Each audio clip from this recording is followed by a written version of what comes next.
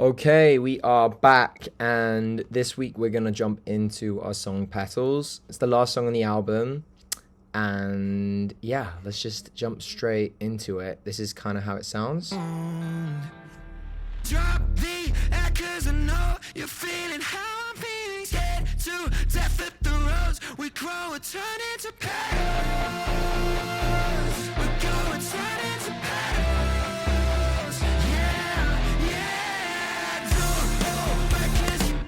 Okay, so yeah, this one's fun. It's super dynamic, which I love. Like, the verses are really open, kind of spacey. The guitar tones are kind of verbed out and like not too aggressive. And then the hook gets way more intense. I like this one because like that first hook is very sort of like minimal in terms of it's just like an 808 and the vocal, really. And it just pokes through. So like, let's just look at that low end.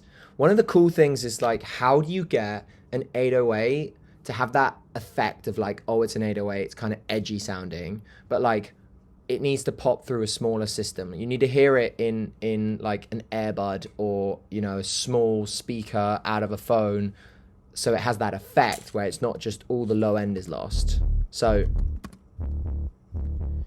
this is really nice. So basically we got the low end from the 808 in Contact, New Era, one of my favorite instruments. And then the real piece of this is Diva. So Diva's an amazing software synth for like analog sounding basses. I think we probably got a preset here and then like tweaked it. I like this a lot. Just the way that the filter opens, the cutoff opens, what. It's kind of got that like slightly dubsteppy thing, but it's all the vibe. Like that is the vibe of that chorus. Sausage Fattener on here from our EDM days, just pushing it a little bit, getting a bit more distortion and just bringing up the gain. Decap, bit more distortion, then the limiter, and then we're also doing some clipping as well. So we're really pushing this to the max, but it's so that the top end of that distortion can kind of poke through and basically hint at the 808 that's under it for any system that doesn't have that much low end to like listen to.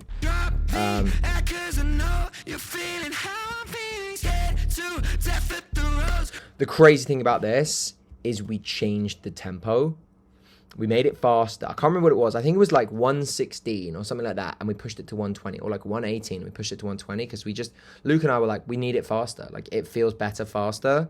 And, you know, it's sometimes a bit of a producer's nightmare changing the tempo or the pitch of something late on because you've got all your parts locked. You've done all the work to get it perfect. And then you have to change everything. So we just took a gamble and we just basically changed the vocals with Logic's algorithm. And it actually sounded nice. Like it sounded slightly affected, but not in a distracting way. Kind of like in a vibey way, in a slightly like dark way, kind of like brooding feeling. And it worked with the track. So that's why you'll see flex pitch on all these vocals and the backing vocals is because we literally changed the tempo of all of them and then went in, and anything that like fell out of tune, we would go in and manually pitch correct. So yeah, this song is very unique in that I don't think we've ever done a song where we've actually gone with and not like retracked the vocals and just gone with like the sort of synthetic way that the vocals are processed when you pitch shift or change the tempo of something. Oh, this is another thing. Piano. I love putting like piano of the bass notes in tracks. So like check this out. So there's 3 layers of bass here. We've got that like 808 that we're talking about. So this, which really underpins the low end. But if you listen to the bass part, it kind of sounds like the bass just kind of goes a bit more like that.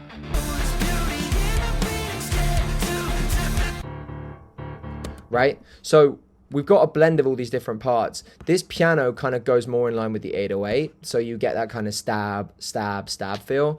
But then the guitar is like the connective tissue between that and the higher elements. So to have that in there, in the bass part, is kind of what like glues the pieces together, because otherwise they're very different. You've got like an 808 and like a massive guitar stack. I do love having the piano in there because that gives the higher harmonics of the bass notes. You hear how it kind of extends up, so like the 808 sits below that, that goes there.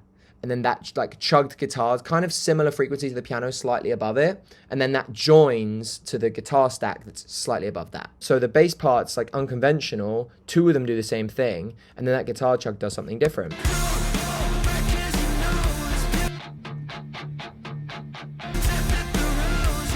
And then we just double up that chug, got another layer of chugs here. So we're really emphasizing that like da da da da da feel, kind of just chugging along. And then we just got this guitar stack, which is just a bunch of guitars obviously layered.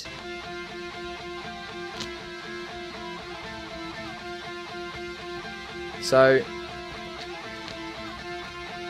one of my cheat codes that I think I revealed in another video is just use SSL channel by Waves to kind of like get rid of some of the harshness and just smooth up guitar tones. There's a preset called guitar, which is just a standard preset. Go in there, and it's a little bit fucked to start with, so bring down the threshold, kind of like lessen the effect of it quite a lot.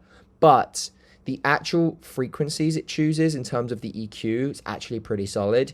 You might have to do a little bit of tweaking. I normally do a bit, but what it does is it kind of like brings up the sort of aggressiveness of the guitar and like the chunkiness of it, and gets rid of the harshness and the mud.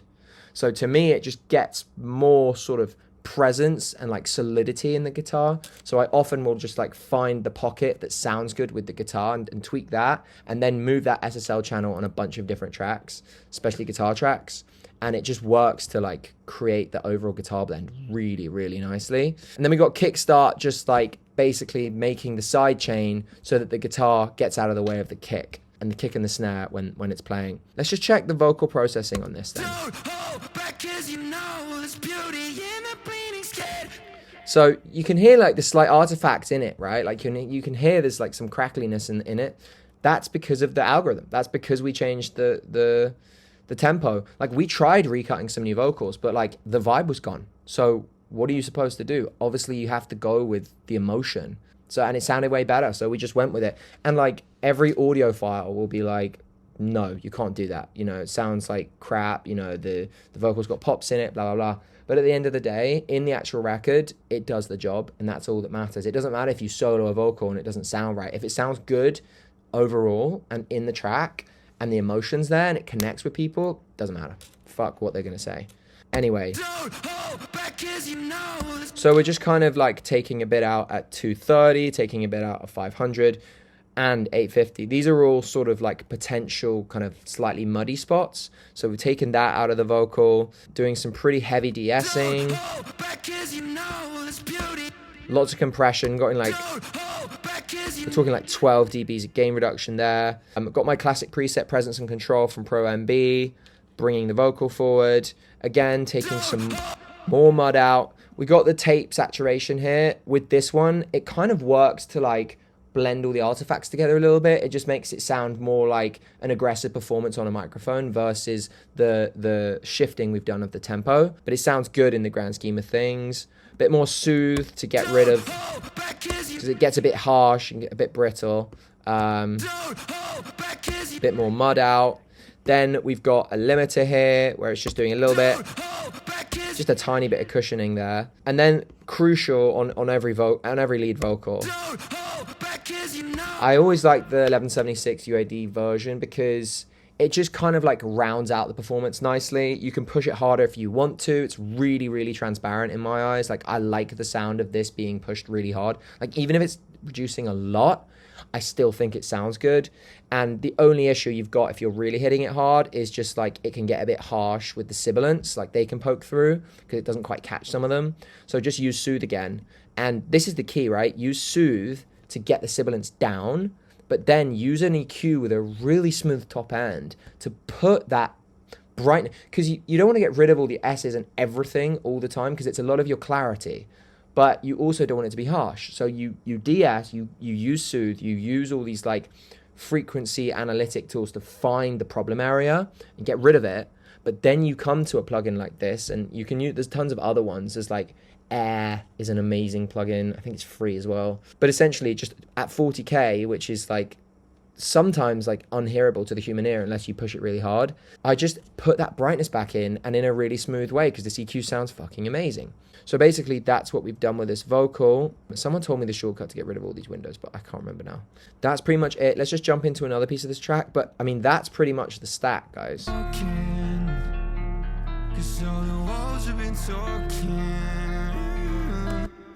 So that's super cool. I think this is fun because, again, we've had like a really big chorus, and then we're just down to like a guitar line, an 808, and a vocal, you know? And this is probably something Lukey's played. And again, we've shifted it so it sounds a little bit fucked up. You know, it's like a little bit like, oh, what's that kind of vibe? And then we've just used RC20, which is an absolute classic. Everyone knows about this plugin. But it's just great for like making something sound slightly lo-fi, slightly like more real, I would say. Like someone's in a room playing it. So that's that. And then let's see where we're at here. Not to ruin the mood, but I think we're done. There's something going on in the high end there that I really like. It goes like ba da da. Honestly, I'm not 100% sure what it is. It's not that, I don't think. Oh, I like the way that the harmony actually moves there. It could be some sort of string thing. Yeah, this. Okay, so it's just like a kind of, oh, Novo. I love Novo. So what we've done here is we've just made it tremolo. So like Novo Essentials, I think is like $130, but it's got some really nice feels for string parts, and especially for like vibe string parts. Like if it's not a lead, but you want the effect of a string line coming in, you just select tremolo here and just play the notes that like feel good, and it sounds amazing. And it just does the thing where like it elevates the emotion, especially in a pre. To me, that just like sets the drama, where I've spoken a bit about this before, but what's really important is transitions. So like you can't go from nothing into everything and expect people to like follow along. It feels like two different songs. So this is a great example of like, oh, it feels like something's coming. It feels like something, this might be ramping to something. And that is how you get to another massive chorus and probably some rises and stuff. But to me, like that's what made this song work, is the transitions and making stuff really big and then really small and really big, but making sure that you can jump between the two.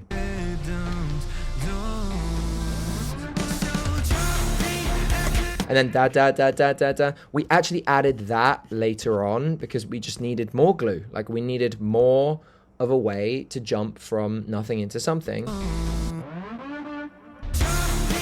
So that to me is just a vocal that we've distorted and chopped and just done a big speed up effect into it, where you can just basically create that sort of like vinyl effect. So we did the chop, and then if you look here, we've got speed up set to 866. So that means that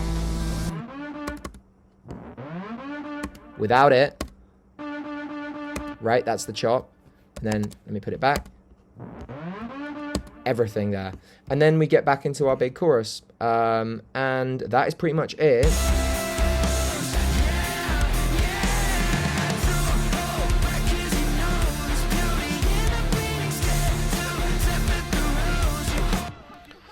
The backing vocal stack's pretty substantial here. Let me just see if I've done anything rogue in that domain, but no, pretty much all the same setups on all of those.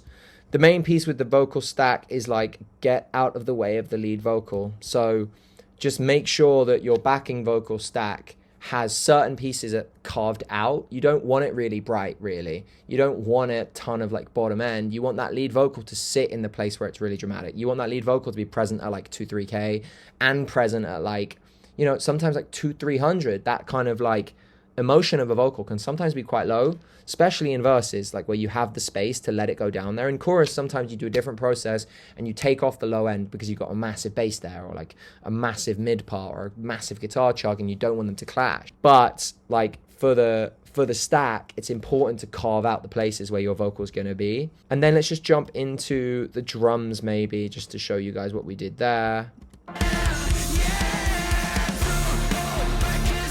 So it's Superior Drummer.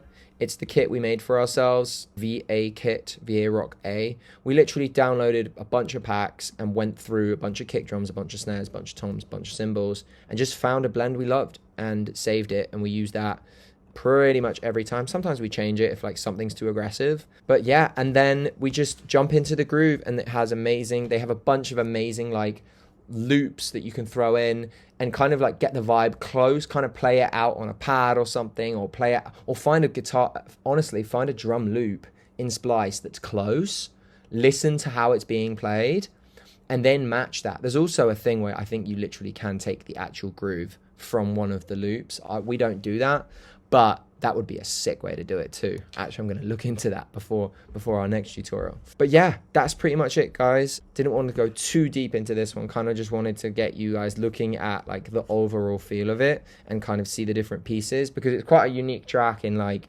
it's not that conventional. You know, there's like no drums in the verses and no real drums in pre's. There's just drums in hooks. So it's fun like that. It feels like it's going to be cool live. Lots of strobes, which is my #1 condition.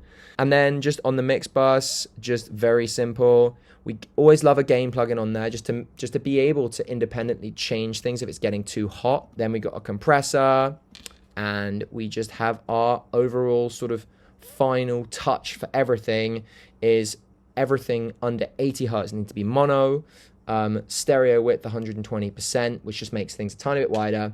And then I've just found a problem area, which is 217.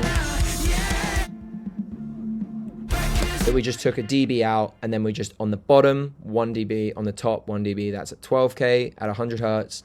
Just gave the thing a tiny bit of push, which is like a classic sort of final touch for a track, just to make it a little bit more exciting to the human ear. Anyway, guys, thanks so much, and we will chat soon. Leave any thoughts you've got, hit me direct or throw a comment in. I appreciate it, and really enjoy jumping into this one. Take care.